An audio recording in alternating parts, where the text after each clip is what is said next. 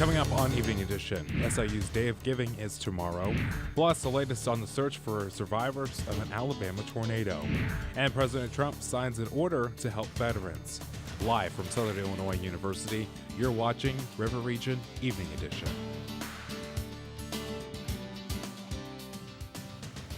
And tomorrow's SIU's 150th anniversary, and it's also the university's annual Day of Giving. Good evening, I'm Diamond Palmer. And I'm Jacob Gordon. Evening Edition's Madeline Parker has more about how students at SIU are impacted.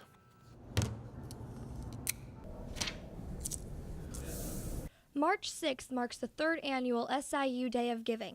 A Day of Giving is a focused effort to raise funds on behalf of the institution. So we pack it all into 24 hours so we can promote it, market it, make a lot of cool things happen around it, build visibility for fundraising. Day of Giving allows donors to give gifts to different aspects of campus that affect students' lives. Students like Andrew Affleck, a paralegal studies and geography student. He sees Day of Giving as a way of paying back the university. It's a really good way to just kind of remind the school that we love it as well, as much as it, loves us. Affleck also said that Day of Giving helps out organizations across campus. Organizations like Marching Band.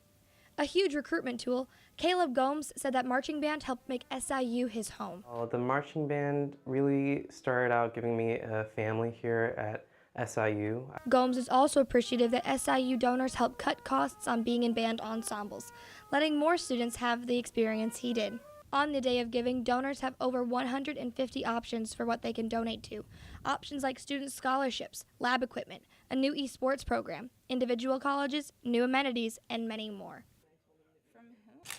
But photojournalism student Isabel Miller says that the Day of Giving is not just about giving money, but about coming together as a community.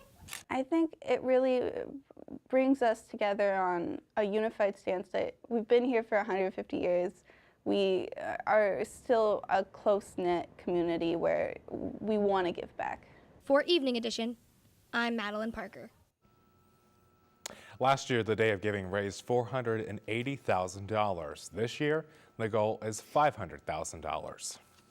And this year's focus project for the Day of Giving, the Saluki Alumni Plaza Project. The plaza is set to be built between Pulliam and Woody Hall. It will be a focal point for students and alumni on the Carpenter campus. The project is expected to be completed by Homecoming 2019. It's driven by the Alumni Association to build a plaza and a very cool sculpture of 3 running Saluki dogs to be a touch point for current students and particularly alumni when they come back. The 3 Salukis are meant to represent past, present, and future Salukis. March is Women's History Month, and SIU kicked off its celebration yesterday. SIU's Women's Resource Center planned a visionary women's march that led from Thompson Point to kickoff event at the Student Center.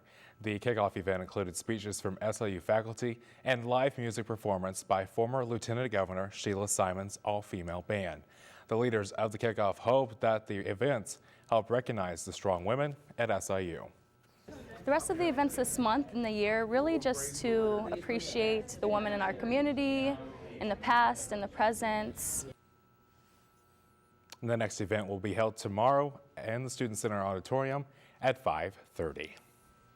Well, Jacob, hopefully this weather will keep warming up and we're going to see these temperatures kind of start to warm up. We do have a little bit of rain, but hopefully Sam can tell us more about that. Exactly. Samantha Soto is here now with a first look at weather. Sam, I would expect to see the rain clouds return. Well, guys, I do have that news to tell you. Unfortunately, we do have rain in our forecast. But however, tonight it is going to be clear skies at 21 degrees. Tomorrow morning, it will be reaching down to 18 degrees with that sun shining bright. And by mid-afternoon, we should be warming up to nearly 30 degrees with some sunshine as well. So we do have that slightly warmer temperatures to look forward to into the week, as well as some rain this weekend. But I do have all that and more coming up next in my 5-day forecast. All right, Sam, thanks. We have an update to a story we first brought you last week. An Indiana man has pleaded not guilty to murder charges, accusing him of killing a woman in Illinois more than 4 years ago. Connor Scott entered the pleas yesterday in a Clark County court. The 24-year-old requested a jury trial, which a judge set for May 14th. Police say Scott walked into the police station last week and confessed to killing Whitaker. Scott is jailed on a $1 million bond. A St. Louis police officer who's accused of killing a fellow officer went before a judge yesterday. 29-year-old Nathaniel Henderin was charged with involuntary manslaughter and the deadly shooting of Officer Caitlin Alex. According to the charges, Alex was shot and killed while she and Henderin were playing a Russian roulette-like game. Henderin has been suspended from the force without pay, and he is currently on house arrest at an undisclosed location. Western Illinois University is laying off 132 employees due to lack of funding. WIU President Jack Thomas says expenditures had to be reduced because of the current budget situation, including decreased enrollment. He says WIU will provide career counseling and job search assistance to those being laid off. Union members are planning a rally for tomorrow to support their colleagues. And the Shawnee Community College president, Dr. Peggy Bradford, is stepping down. Bradford will leave the office at the end of the spring semester. Her tenure has been controversial as faculty have complained about many of her decisions and leadership. In a joint statement from the college's Board of Trustees, Bradford will be taking on a different role while she finishes out her contract. Bradford will turn over her day-to-day operations to an interim team on June 15th. And the Illinois Board of Education says it's switching to a new standardized test this month for 3rd through 8th graders across the state. Students will be given the Illinois Assessment of Readiness, or IAR, instead of the widely criticized PARCC test. The IAR is about a third shorter than PARCC. Administrators say they're glad to hear about the testing changes, but are remaining guarded as they await them. And ahead on Evening Edition, the search for the tornado survivors in Alabama continues. Plus, President Trump signs an order to help veterans. You're watching Evening Edition at 5.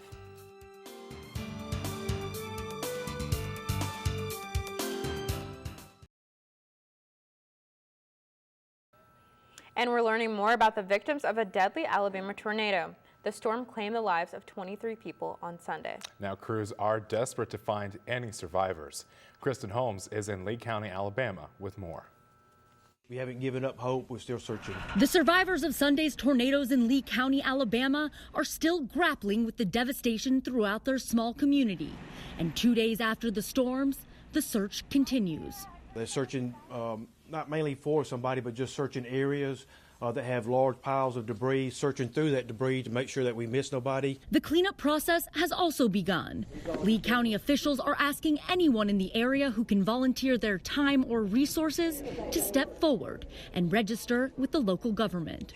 And for residents who still need help, the county wants them to know they're ready. Tell us what those needs are. That's what we're here for. That's what we want to hear. We can't help you if we don't know what you need. As for those killed, 23 victims have been identified, including 4 children. It's a tragic situation. I can't thank this community enough for jumping in there and the support that I've seen firsthand. It's just been amazing. Thank the Lord. And many of those who did survive, including 72-year-old Ernestine Reese, who is recovering from a broken hip, know just how lucky they are. She's been strong throughout it all. Even in the middle of the devastation, she has maintained her faith. President Trump announced that he will be visiting the areas of Alabama that were devastated by the tornadoes on Friday. And residents in one Chicago neighborhood are mourning the loss of a 2-year-old girl. Daniela Owens was killed Sunday night when a car fleeing from police hit the car she was riding in. Her 21-year-old father did not have her strapped into the car seat, and she was ejected from the vehicle. 4 other people were also hurt in the crash. An Ohio family was shocked after their 4-year-old son found a razor blade in his Happy Meal. Police say surveillance video doesn't show exactly what happened, but investigators believe the razor was likely bumped into the Happy Meal box. They also said McDonald's has been fully cooperative with the investigation. The Department of Agriculture, Trade, and Consumer Protection has opened an investigation into the incident. And President Trump signed an executive order today aimed at reducing suicide among veterans. The order is called the President's Roadmap to Empower Veterans and End a National Tragedy of Suicide, or PREVENTS. The order creates a cabinet-level task force charged with bringing together public and private sectors partners to improve quality of life for veterans. Our mission is to mobilize every level of American society to save the lives of our great veterans and support our heroes in need. The task force will be co-chaired by Veterans Affairs Secretary Robert Wilkie. And a controversial federal surveillance program appears to have been shut down. Republican congressional official says the National Security Agency recently abandoned a surveillance program that relied on bulk data collected from U.S. phone records. The official says the programs need to be reauthorized at the end of last year, but Trump administration may not extend it. General Motors is saying goodbye to one of its vehicles. The last Chevy Cruze is expected to come off the line tomorrow in GM's Lordstown plant. The remaining 1,400 plant workers reported to work yesterday, with some getting ready not to come back. UAW Local 1112 leaders are asking the community to wear blue this Friday for what's being called True Blue Friday to support workers as the plant closes on Friday. It appears that the tenure of Papa John's founder is coming to an end. The court filing says John Schnatter, who already resigned as chairman, will resign as Papa John's board of directors as part of a settlement between him and the company. The pizza chain says Schnatter will resign from the board if an independent director is hired by April 30th. A patient in London may be the second person to ever be cured of HIV. According to a case study, researchers say the unidentified man was treated with stem cell transplants from donors who carried a rare genetic disorder that made them resistant to HIV. The patient has been in remission for 18 months and no longer takes antiretroviral drugs. About a decade earlier, a man known as the Berlin patient received similar treatment and was considered cured of his HIV infection. Well, Diamond, it's the last day of carnival season, but on this Fat Tuesday, revelers and partygoers aren't showing any signs of party fatigue. Omar Jimenez is on Bourbon Street in New Orleans, where the Mardi Gras celebration is in full swing. Fat Tuesday in New Orleans. There is nothing like it. It's the culmination of a carnival season that began back in January, and people have been partying ever since. They've also been parading. More than 10 parades marching through New Orleans streets, including the Rex crew. Crews put on parades, and Rex reigns as the king of carnival. Mardi Gras is a funny entity in that it is very satirical in nature, and we are essentially celebrating the freedoms we have in this country by, in a way, making fun of the old European traditions of a monarchy. We have a guy that is a good friend and a civic leader, and we make him king for a day. Their crews stopped to toast at the city's famed Downman Mansion, like they've done every year for more than 100 years, despite a devastating fire there 2 weeks ago. And for the first time in Mardi Gras history, they toasted a female mayor. Now, amongst all the parades, there's of course the partying, and plenty of it. Some enjoying it more than others. If it's worth the flight, come on down. Mardi Gras, this place doesn't close till next week. Centered at the heart of all the fun, though, is tradition. Traditions that span more than a century, and traditions that help it live up to its nickname, the greatest free show on earth. How long will the cool temperatures last? Sam has your forecast next. But first, on Wall Street, stocks into the day with negative results. The Nightly Business Report has more coming up next at 5:30.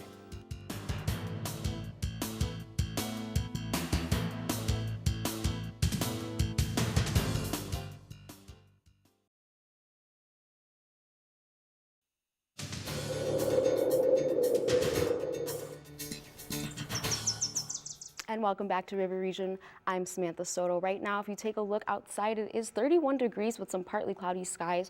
Our dew point reads 13 degrees. Humidity is at 47%, and our wind is coming in from the northwest at 14 miles per hour, while our barometer reads 30.33.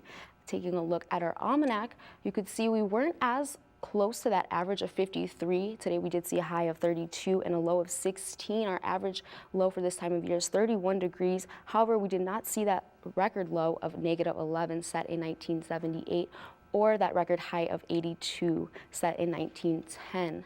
Moving on to our regional temperatures, as you could see across the region, it was a pretty average chilly day. However, Carbondale and Marion both sat at 31 degrees, cloudy skies. Evansville was our coolest, up at 28 degrees with clouds. Cape Girardeau was our warmest at 36 with the sun shining bright.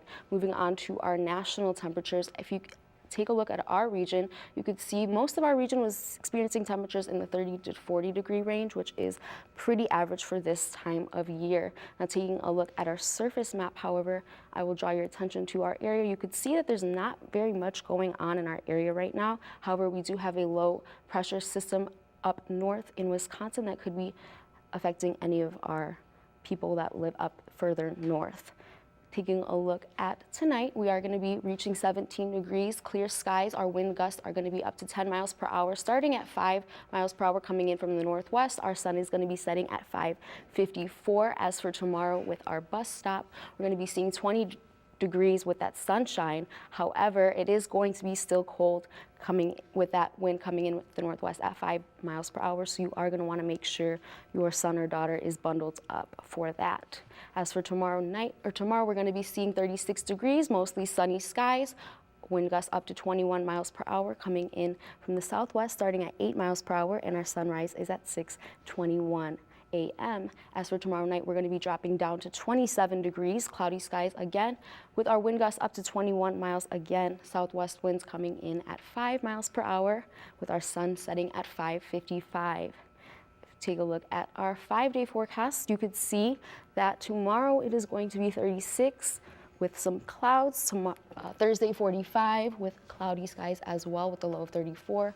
Friday 48. Saturday we could be possibly seeing some thunderstorms in the morning, and Sunday it is 53 with clouds. So as you can see, going into the week we are warming up quite a bit, but we do have that thunderstorm and rain this weekend to unfortunately bring with us. Yeah, hopefully. I was wishing that we had the sunshine with the warmer temperatures. So, exactly. For sure. I don't mind the rain right now because spring is on its way. So I'm just going to give it just a little bit more time for the rain to stop, but I want it to stop pretty soon. Yes, exactly. All right. Thanks, Sam. And now here's Tyler Zalby with a preview of what's coming up next in sports. Tyler? Thank you, Diamond. Some Saluki athletes brought home some all-conference honors and a special senior night in Lubbock. Sports after the break on Evening Edition at 5.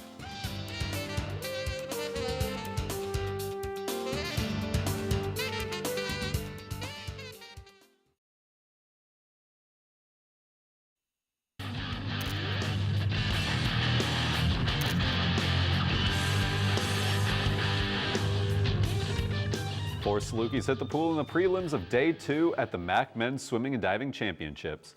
In the 500-yard freestyle, Kevin Kluge qualified for the championship heat after placing 8th with a time of 4:32.38, and Zhang Yip will swim in the consolation final after posting a time of 4:33.40. Then in the 50-yard freestyle prelims, 3 Salukis advanced to the championship heat. Tomasz Heitman, Robert Chelberg, and Riley Garman finished in 5th, 6th, and 7th, respectively. Follow Saluki Swim and Dive social media for final results later tonight. And ahead of Arch Madness, 3 Salukis are bringing home some all-conference awards. Seniors Kavion Pippin and Sean Lloyd Jr. earned spots on the All-MVC defensive team, and Pippin was also selected to the All-MVC third team. Pippin led the Valley this season, averaging 2.3 blocks per game. And Armand Fletcher, already coming off MVC Player of the Week, was selected to the All-MVC second team. The team plays UNI Friday at 8:35 on the MVC TV network. Capping an impressive weekend, Saluki Baseball's Will LaRue takes home MVC Player of the Week. In 4 games last week, LaRue hit nearly 500 with 2 triples, a home run, 7 RBIs, 3 steals, and 5 runs scored. The Dogs also went undefeated this past week, beating Belmont and sweeping Western Illinois. LaRue is the second Saluki to win the award since 2014. The team carries a 5-game win streak to SEMO tomorrow, looking to make it 6 in a row. And due to weather conditions, tomorrow's softball match against Murray State has been postponed. A definitive makeup date has not been reached, but the 2 schools are aiming for sometime in April. Weather permitting, the Salukis host the Saluki Invitational Friday through Sunday. And senior night is always a special moment for student athletes, but for one Texas Tech senior, it was extra special. Brandon Francis hadn't seen his mother in 2 years due to a visa issue preventing his mother from visiting the United States. But last night the stars aligned and Kenia Ramirez was able to get a visa and see her son play in his final home game in a Red Raider uniform. And Texas Tech rolled to a 19-point win with Francis tallying 12 points off the bench. And the numbers came in from Kareem Abdul-Jabbar's charity auction. The Hall of Famer put a collection of his sports memorabilia up for sale, and the sale netted nearly $3 million, according to ESPN. And the majority of the proceeds will be put towards Jabbar's Skyhook Foundation, which focuses on teaching kids about engineering, math, science, and technology. Now, I'm just thrilled for that Texas Tech senior and that everything worked out, that his mom got to see him play. It's an absolute beautiful story that he got to see his mom and she could come and witness him and his greatness. That's 2 years. Like I talk to my mom every couple days. I couldn't imagine 2 years. Yeah, a lot happens within 2 years. So a lot. Exactly. All right, thanks, Tyler. Is the sunshine going to be sticking around for the rest of the week? Sam has a final check of the forecast next. But first, as we head to break, be sure to follow us on social media at River Region News and check out our website for more local content. We'll be right back.